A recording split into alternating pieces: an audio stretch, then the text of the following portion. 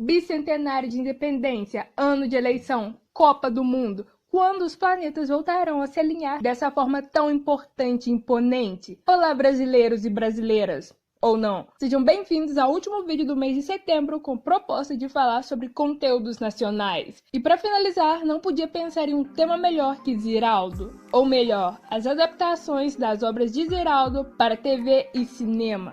Quem chamou? Esse vídeo não é para discorrer sobre a vida do Ziraldo, e sim sobre suas obras, então vou listá-las de acordo com a ordem de publicação. E saiba que, como tem coisas aqui com mãozinhas da Ancine, nós ajudamos a financiar essas coisas graças aos impostos, principalmente se você for de Minas Gerais, no caso eu sou. Porque estudar é muito importante, é a minha frase, mas ler é muito mais importante que estudar. Nessa turma só falta você. Com a turma do Pererê, você conhece o Saci, o índio Tininim e os animais da Mata do Fundão. Uma onça, um macaco, uma coruja e etc. Mas não vamos nos esquecer da Tuiuiu e da boneca de Pete. Foi publicado primeiramente em 1959 nas páginas da revista O Cruzeiro. Já sob o nome de Pererê, foi publicado mensalmente uma revista a partir de outubro de 1960. O Jango vai nacionalizar as histórias em quadrinhos no Brasil, melhor de fazer revistas brasileiras. E a mim me encomendaram a história do Pererê, que eu já fazia umas piadinhas na revista Cruzeiro. Que durou até abril de 1964, por conta do regime militar, que baniu todas as revistas da banca. Em 60, a grande década de transformação do Brasil, nasce em janeiro e morre 4 anos depois, quando há um processo de ruptura do que seria os anos 60 para o Brasil. Não foi coincidência que o golpe aconteceu e a revista parou. Senta que lá vem a história. Durante 21 lamentáveis e acho que não incorreto falar sufocantes anos, a ditadura militar brasileira foi um regime instaurado no Brasil em 1º de abril de 1964, que durou até 15 de março de 1985, sob o comando de sucessivos governos militares, sem eleições diretas. A Constituição de 1946 foi substituída pela Constituição de 1967. Liberdades civis foram suprimidas e foi criado um Código de Processo Penal Militar que permitia ao Exército Brasileiro e à Polícia Militar prender e encarcerar pessoas consideradas suspeitas, além de impossibilitar qualquer revisão judicial. Muitas instituições foram reprimidas e fechadas, seus dirigentes presos e enquadrados, suas famílias vigiadas. Estima-se que houve 434 mortos e desaparecidos políticos durante o regime, além do genocídio de povos nativos que matou mais de 8,3 mil indígenas brasileiros por negligência e por ações específicas visando ao massacre indígena. As greves de trabalhadores e estudantes foram proibidas e passaram a ser consideradas crime. E os meios de comunicação foram amordaçados pela censura. Em 5 de abril de 2008, Ziraldo e mais jornalistas que foram perseguidos durante esse período tiveram seu processo de anistia aprovado pelo Congresso de Anistia do Ministério da Justiça e foi indenizado em mais de R$1 milhão, além de receber uma pensão vitalícia. O que marcou a minha vida foi a luta política. Quer dizer, a luta política não é a luta política. Quer dizer, estava lá fora a ditadura, estava em volta de nós a ditadura e alguma coisa, se você tinha um espaço para se manifestar, você tinha que fazer. A gente fundou o Pasquim, quer dizer. Mas, em 1975, voltou a ser publicada pela editora Abril, já com o nome atual de Turma do Pererê. E em 12 de outubro de 1983, a Rede Globo exibiu um especial de televisão do Dia das Crianças. Um especial musical que tem até um ar teatral. Aqui vemos o Tininim querendo sair da mata e ir para a civilização. Em paralelo, é temporada de caça ao coelho? Caça ao pato? Não, caça à onça. Abaixe o gravador de fitas! Proíbo a fabricação de peixes de tartaruga! E acabem com a caçada de onça! Então, em 2002, a Turma do Pererê ganhou seu próprio seriado. Já passou lá na TVE, na TV Cultura, com certeza você assistiu. E muito mais. Venha participar desta turma. Isso vai ser muito bom, Tininim. Isso é incrível! Mas enquanto a primeira temporada é de 2002, a segunda é de 2010, composta de 26 episódios que foram exibidos até 2012, onde essa segunda temporada também ganhou uma nova abertura. Para quem vem, é só seguir devagarinho. O menino maluquinho. é que eu fiz O Menino Maluquinho, que é o livro que muda completamente a minha vida, total e completamente a minha vida. Primeiro veio o livro de 1980, que se tornou um sucesso, tendo vendido até dezembro de 2005 mais de 2,5 milhões de exemplares. Posteriormente veio a série de HQs O Menino Maluquinho, baseada no livro infantil. E essas histórias em quadrinhos foram um fenômeno, publicado pela Abril e Globo entre 1989 até 2007. Contando sobre um garoto de 10 anos com panela na cabeça e vento nos pés, as aventuras da infância brasileira bem vivida. Diz o próprio Ziraldo que a inspiração para criar um menino surgiu espontaneamente, quando ele fazia a barba e falava consigo mesmo olhando para o espelho. Amanhã eu estava fazendo a barba, não? O livro assim, Era Uma Vez um Menino Maluquinho. Em 1995 chegava aos cinemas o filme produzido pela companhia mineira Grupo Novo de Cinema e TV e distribuído pela Rio Filme. Entre as brincadeiras e maluquices desse menino, os pais dele se separam e o avô o leva para passar divertidas férias no interior de Minas Gerais. O filme não tem e não precisa ter uma grandiosa história. O delicado tema do divórcio para uma criança, uma infância na rua que muitos podem se identificar, e o fundo de Minas coloca esse filme em boa posição de filmes nacionais, com exceção de algumas coisinhas. Pô, os caras me colocam uma Playboy no meio do filme e não tampa, mas é um bom filme no geral. Mais feliz dos livros infantis, agora aprontando todas nas telas do cinema. A obra de Ziraldo, Menino Maluquinho, o filme. Ele vai conquistar você brincando. Olha bem, isso é um ovo e um pinto, hein? É o governo de Minas ajudando a fazer cinema.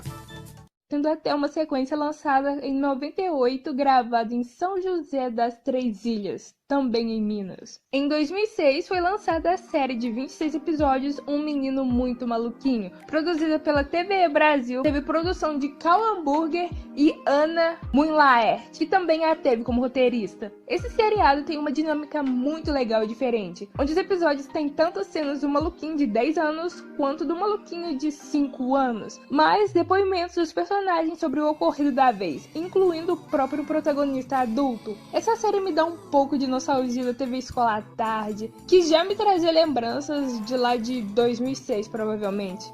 Eu, por exemplo, quando era menino, eu fui pescar no rio do meu avô e o mínimo que eu peguei foi uma baleia. A série estreou em 2006 na TV Brasil. No mesmo ano passou na TV Cultura, também no Disney Channel. Em 2007 na TV Brasil e em 2013 na TV Escola. E também foi exibido na TV Câmara de São José do Rio Preto. E apesar de ter durado só uma temporada, essa série foi longe, chegando a ganhar o prêmio da NHK Japão Prize na sua edição número 33. Em 30 de outubro de 2006, o prêmio foi recebido pela diretora-geral da TVE, Rosa Crescente. A obra foi selecionada entre 55 programas de 27 países. Dale Brasil! Em 2014 foram anunciadas a produção de 2 séries de desenho animado baseadas no Menino Maluquinho. A primeira delas em animação 2D feita para TV fechada. Já a segunda em animação 3D, baseada nos livros pré-escolares Bebê Maluquinho. Mas sinceramente não vi muitas mais notícias além disso daí. Aí chega a Netflix o ano passado e anuncia uma nova série do personagem, com previsão para 2023. Que menino maluquinho! Esse desenho tem os traços diferentes das ilustrações do Ziraldo, mas ainda assim é parecido, diferente e bonito.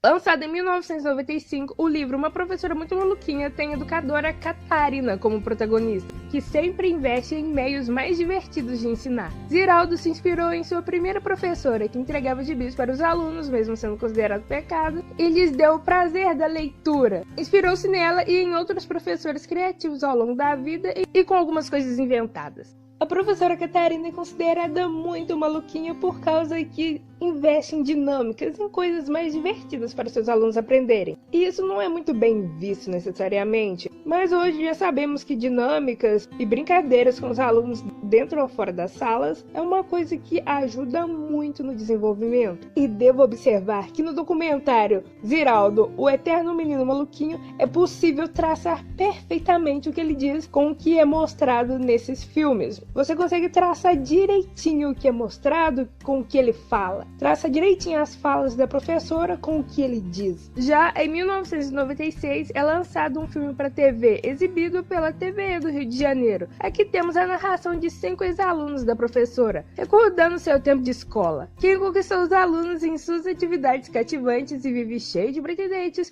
foi Letícia Sabatella, e o padre, interpretado pelo Ângelo Antônio, na época eram casados. Todo mundo vai ter que ler junto.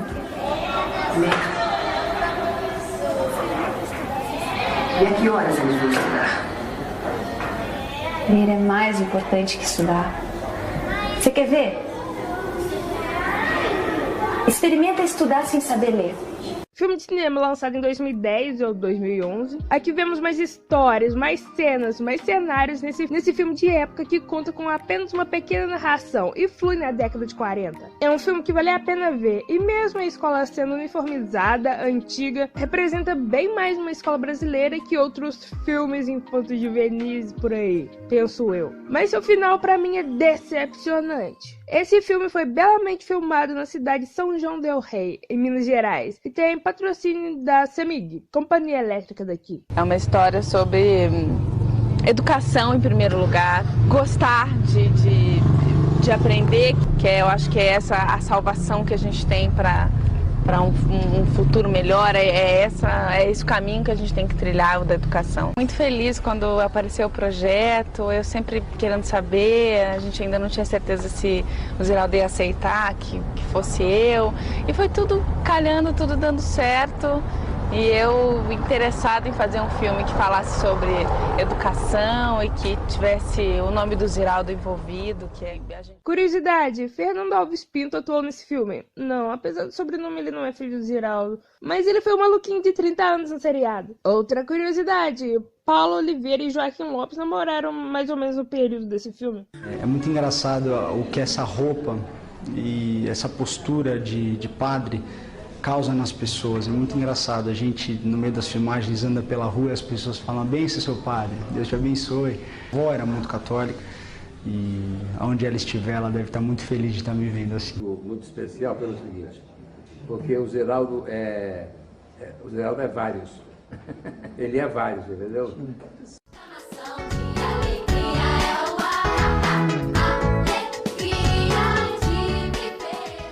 De acordo com sua sinopse na estante virtual, esse é o maior livro de literatura infantil de todos os tempos. Maior em vários sentidos. Maior pelo número de páginas, maior pela riqueza das ilustrações. Ziraldo escreveu e ilustrou 26 livrinhos com uma história sobre cada letra do alfabeto. Esse livro em capa dura traz todas as histórias em um só volume. Quanto ao programa de TV que era exibido aos domingos na TV Brasil, é o mais diferente da lista, pois há diferentes segmentos, incluindo Maluquinho por Histórias. Evidentemente, mais recente que os anteriores citados nessa lista, Maluquinho conta algumas histórias para o seu público, enquanto a tela reveza entre ele e algumas animações, lembrando de quadrinhos. Panela voadora só não contava com uma coisa: a concorrência feminina. Incluindo o segmento em que o próprio Ziraldo faz entrevistas, até com Maurício de Souza. Um sujeito muito importante na minha vida, na vida do Brasil inteiro. Realizou um milagre fantástico na história cultural do Brasil. E eu acompanho a vida dele praticamente desde que ele começou. É uma das mais antigas amizades da minha vida. Obviamente, Ziraldo tem outras obras publicadas, mas o foco do vídeo foi as adaptações para TV e cinema. Mas não posso deixar de citar os documentários na qual até coloquei trechos nesse vídeo aqui e usei como fonte, como Turma do Pererê.doc e Ziraldo, Eterno Menino Maluquinho.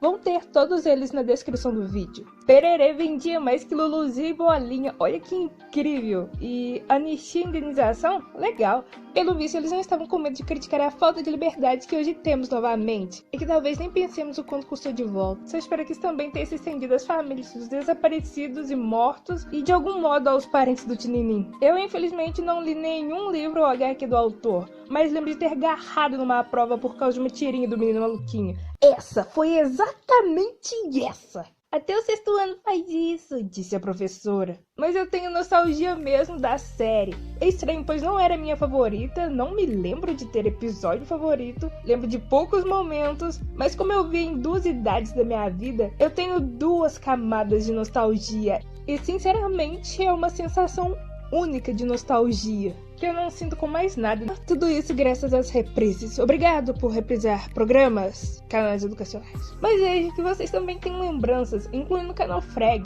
Obrigado pela participação. Vamos ver o que ele tem a dizer. O Ziraldo é um dos primeiros artistas que eu consigo me lembrar de, já pequeno, conseguir identificar um estilo próprio. Sempre que eu via uma arte do Ziraldo em algum livro, algum quadrinho, eu conseguia reconhecer que era ele. E eu não consigo pensar em muitos artistas que eu conseguia fazer isso quando eu era bem pequeno. Mas o Ziraldo tem aquele estilo tão característico, né? Até a fonte que ele usa, a caligrafia dele, é muito fácil de identificar por aí. Depois, na adolescência, na vida adulta, eu conseguia reconhecer quando vinha em alguma capa de disco que ele ilustrou ou algo assim, né? E o Ziraldo é uma figura sempre presente, sempre qualquer livraria, qualquer biblioteca que eu entrei sempre tinha algo do Ziraldo, né?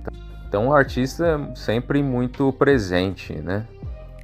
Eu estava na praça, 10 da manhã, para a missa das 10 no domingo, quando o jornaleiro da minha cidade, o Zé Biscoito, que ele chamava, apareceu com o gibi. Olha o gibi, jogou o gibi no meu colo e disse: fica com o gibi, que seu pai está ali no bar jogando sinuca, eu vou cobrar dele. Eu entrei em pânico, falei: como é que papai vai cobrar do meu pai? Meu Deus do céu. Mas aí o Zé Biscoito sumiu e eu fiquei com o gibi na mão. E aí, quando eu comecei a abrir o gibi, eu fui abrindo o gibi e adivinhando meu futuro. Tá vendo quanta coisa legal é feita no Brasil? E guerra da independência, ditadura militar. Eu não teria coragem de morrer por esse país. Por isso eu vou viver por ele. E venha você viver comigo, amor, o bicentenário em poesia nesta pátria mãe querida. Venha se preocupar com a terra embaixo dos seus pés e as estrelas acima da sua cabeça. Venha celebrar, se lembrar, pesquisar, votar, não no que é melhor pra você, mas melhor pra todos. E ter orgulho dos gloriosos momentos do nosso gigante. Entre eles, o que exercemos os direitos que não nos foram dados, mas sim conquistados. Mais de uma vez.